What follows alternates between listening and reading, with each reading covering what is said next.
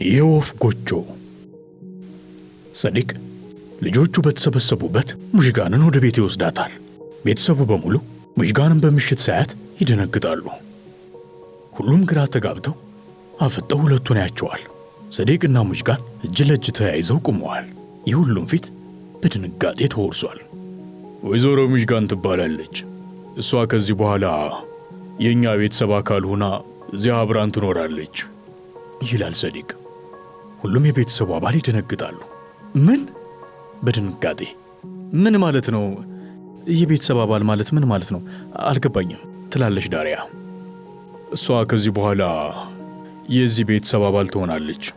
ያው የኔ የህይወት አጋር ሆና እዚህ ቤት አብራን ትኖራለች። የቤተሰቡ አባል ድንጋጤያቸው ይጨምራል። አባዬ ምን እያልክ ነው? ትላለች ዶንሽ ከመቀመጫዋ ተነስታ። እኔና እሷ በቅርቡ እንጋባለን። እናም የሰርግ ስነ ስርዓትም እንፈጽማለን። ሌላ ከፍተኛ ድንጋጤ በቤተሰቡ ላይ ያረብባል። በዚህ ጊዜ ቱርካን እየሮጠች ትወጣለች። በሩ እየጮኸ ነው ብሎ ፋቴ ወደ በር ይሄዳል። ቱርካን ልጆቿን ይዛ ስትወጣ ሶመርን በር ላይ ታገኘዋለች። ሶመር ተመለስ። ቱርካን የት እየሄድን ነው? ምንድን ነው? አልገባኝም። የት እየሄድሽ ነው? ናና ከዚህ መውጣት አለብን። የልጆቹን ጫማ ይዘና። ምንድን ነው? አልገባኝም እያለ ሶመር ቱርካንን ይከተላታል። ቱርካን መኪና ውስጥ ትገባለች። ልጆቹም እርቦናል፣ በርዶናል እያሉ ይጮኻሉ። ልጆች ማጉረምረማቸውን አቁሙ። ቱርካን ምን እንደተፈጠረ ንገሪኝ። ዳግመኛ ወደዚህ ቤት አንመጣም። አባዬ የማይሆን ነገር ነው የሠራው። ምንድን ያደረገው? አይ አሁን አልነግርህም። ሶመር መኪናውን እያሽከረከረ ይሄዳል። በዚህ ጊዜ በአርናድ የተቀጠረው ወንበዴ የሶመርን መኪና ይከታተለዋል። ትዕይንቱ ወደ ቤት ይመልሰናል። በሰዲቅ ድርጊት የተናደዱት ቤተሰቦቹ ሊመገቡ የተዘጋጁትን እራት እየተዉ ወደ የመኝታቸው ይሄዳሉ። ሰዲቅና ሙሽጋን ብቻ መሰሪያው ላይ ይቀራሉ። በሌላኛው ትዕይንት ሩቻን በቅርቡ ከሆስፒታል የወጣውን ልጇን ካርታልን ቤቱ ድረስ ሄዳ እየተንከባከበችው ነው። ይሄ ሾርባ ነው እኔን የሰራውልህ እና ለመድኃኒትም ጥሩ ነው። እሺ በል ጨርሰ ጠጣት። እሺ አመሰግናለሁ።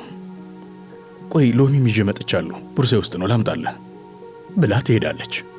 በዚህ ጊዜ የካርታል ጸሐፊ ኃይላ ትመጣለች። ጠበቃው በነገርከኝ መሰረት ምርመራውን እያካሄደ ነው። ስሙ ራሚሽታሽ ነው። አሁን አድራሻውን ይልክልናል። ቆይ ዝም በይ። ሰውየው ማን ነው ግን? አባቴ ነው። ምን ግን አባት? በዚህ ጊዜ ሩቻን ትመጣለች። ኃይላና ካርታል ወሬያቸውን ያቋርጣሉ። ይሄው ይዤ ልመጣሁ። ካርታል እናቱን በስስት ያያታል። አመሰግናለሁ። በሩ ይንኳኳል።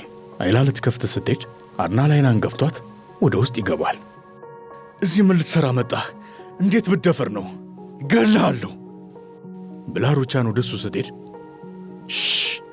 ተረጋጊ፣ ባለሽበት ቁሚ፣ ባለሽበት ብሎ መሳሪያ ይደግንባታል። ሁሉም ይደነግጣሉ። ሩቻን ባለችበት ቁማ ትቀራለች። አርናል ሽጉጡን ወደ ካርታል ይደግናል። ወዲያው ሩቻን ሄዳ ካርታል ፊት ለፊት ትቆማለች። በቀጠለው ትዕይንት ሶመርና ቱርካን አንድ ቦታ ላይ ቆመው ለልጆቹ የሚበላ ገዝተው ይሰጧቸዋል። በአርናል የተላከው ወንበዴ ሶመርንና ቱርካንን መከታተሉን ቀጥሏል። በሌላኛው በኩል አርናል ሽጉጡን እንደደቀነ ነው። ወይኔ እናት በጣም ነው የምትወድህ። ያሳዝናል፣ ግን ስትወልድህ አልፈለገችም ነበር። አንቺ አስመሳይ፣ ሲወለድ እኮ እንዲሞት ፈልገሽ ነበር አልነበረም? ይላል አርናል።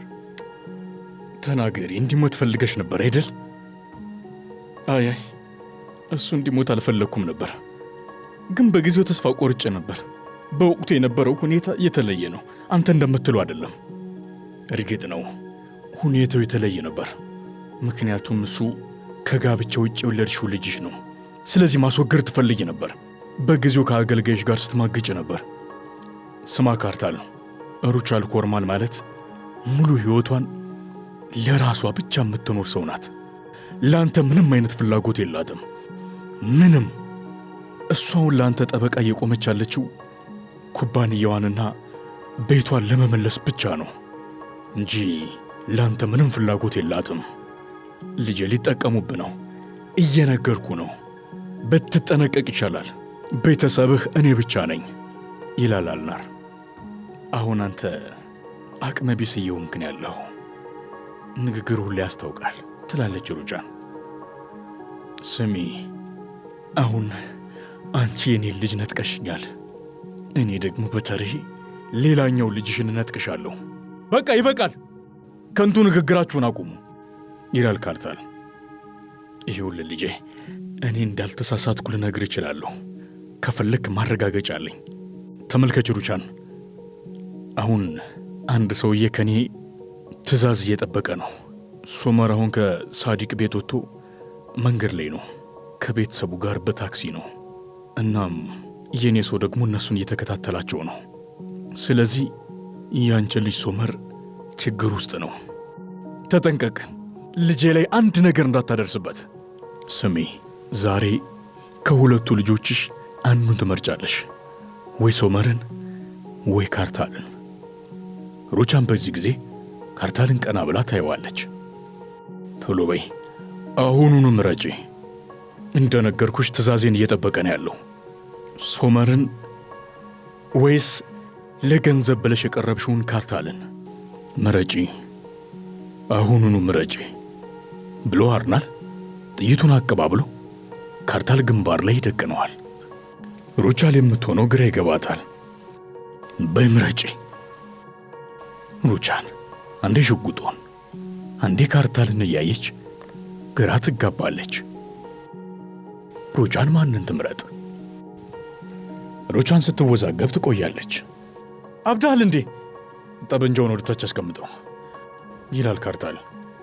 ሩቻን ምረጪ ብዬሻለሁ፣ ሽጉጡን ወደ ታች አድርገው ብሎ ካርታል ወደ አርናል ሲጠጋ ሩቻን ሄዳ ትይዘዋለች።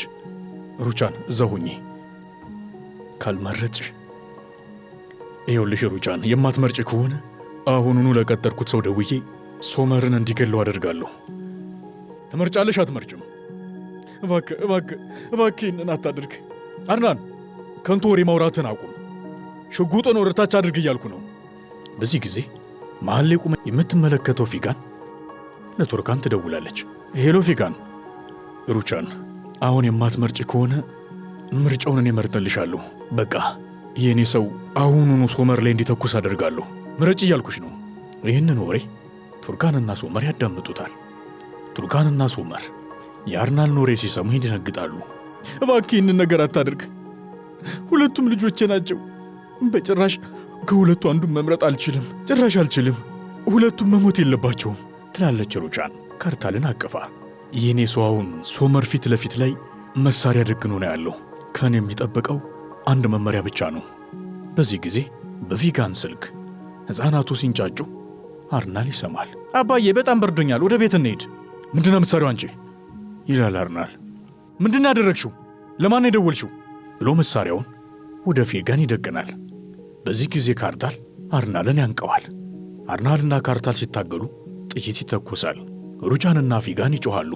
ካርታል ተጠንቀቅ፣ እባካችሁ ተጠንቀቁ፣ ሽጉጡን ስጠኝ፣ ሽጉጡን ስጠኝ ብያለሁ።